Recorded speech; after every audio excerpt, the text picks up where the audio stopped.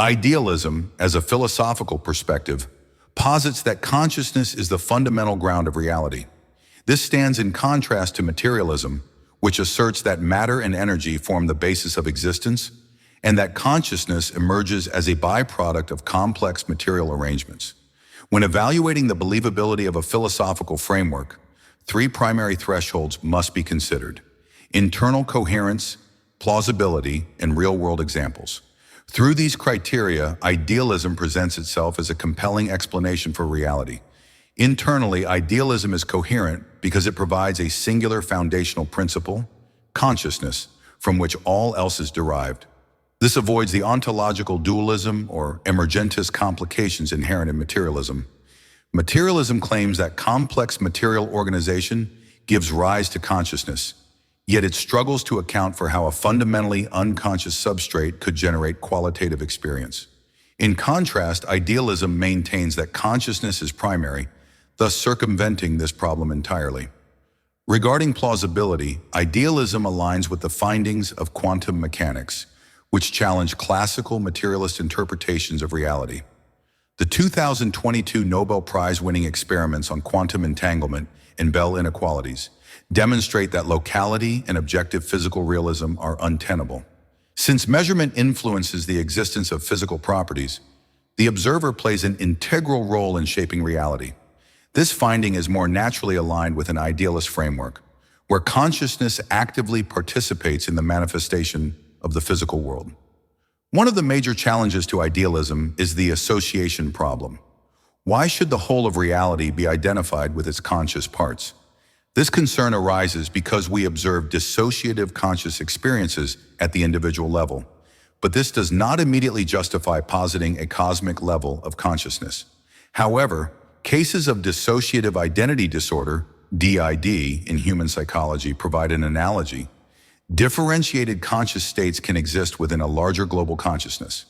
Bernardo Kastrup, a proponent of analytic idealism, argues that life itself is what a dissociative process looks like from a third-person perspective. Furthermore, materialism faces inconsistencies when explaining consciousness. Jerry Coyne, a biologist and skeptic, argues that even unicellular organisms exhibit some form of qualia-like awareness as they respond to environmental stimuli. This contradicts the materialist claim that consciousness only arises from a high degree of neural complexity.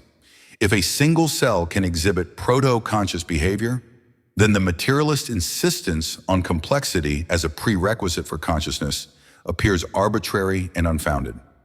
From a first-person perspective, experience is the primary certainty. There is something it is like to be an experiencing subject.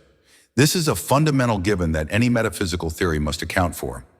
Idealism takes this primary datum seriously, while materialism relegates it to an emergent phenomenon without offering a clear mechanism for how inert matter can produce subjective experience. Additionally, idealism provides a more parsimonious explanation of reality compared to materialism. If consciousness is fundamental, then the world of qualities, colors, sounds, textures, exists inherently in experience, rather than being abstract reconstructions of an unknowable external world. Materialism requires an additional explanatory step. It must explain how these phenomenal qualities arise from non-qualitative material interactions. By contrast, idealism takes these qualities as intrinsic aspects of reality itself. Panpsychism, a recent attempt to reconcile materialism with consciousness, suggests that even fundamental particles possess a form of proto-consciousness.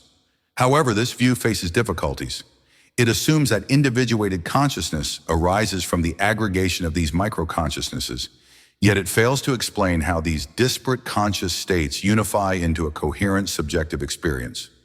Moreover, panpsychism's reliance on material descriptions, e.g., consciousness as a property of particles, seems to presuppose a form of materialism rather than presenting a truly alternative framework.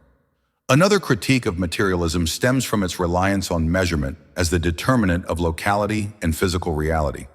If, as quantum mechanics suggests, measurement collapses a probability wave into a definite state, then the act of observation itself plays a constitutive role in reality.